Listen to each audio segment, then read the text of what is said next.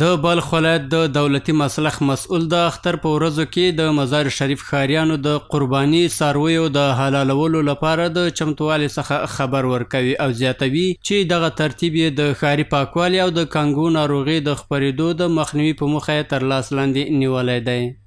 تقاضای ما از این است که به امی است که به مسلخ مراجعه بکنه. در مسلخ مال خود دبا بکنه، به خاطری که طبعا در روزه عید قربان کمی مرض کانگو شیوع میکنه، سال به سال می رقم می باشه، به خاطری که از این مرض در امان باشه، مسئول بمانند همشهری ما.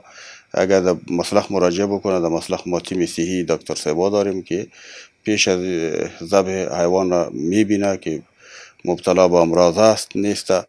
ورته مهال د مزار شریف یو شمیر ښاریان د بلخ ولایت په دولتي مسلخ کې د اختر د قربانیو حلالول د ښاري پاکوالي او د ناروغیو په مخنیوي کې مهم بولي او دا کار ستایي.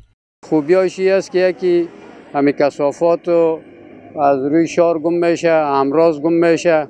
هر جایی که هر سال یا قربانی میکردن در هر منطقه، در هر کوچه گذر، در داخل شهر هر جای میدیده چیزایی بود که مگس هم میششت و هر چیز میکروب هم از او پیدا میشد.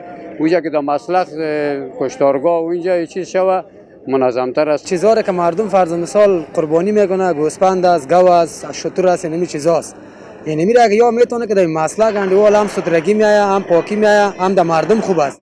د شته معلوماتو له مخې د اختر په ورځو کې د یو پسه د حلالولو بیه 350 افغانۍ او د یو غوایي د حلالولو بیه 1250 افغانۍ کېښودل شوې ده.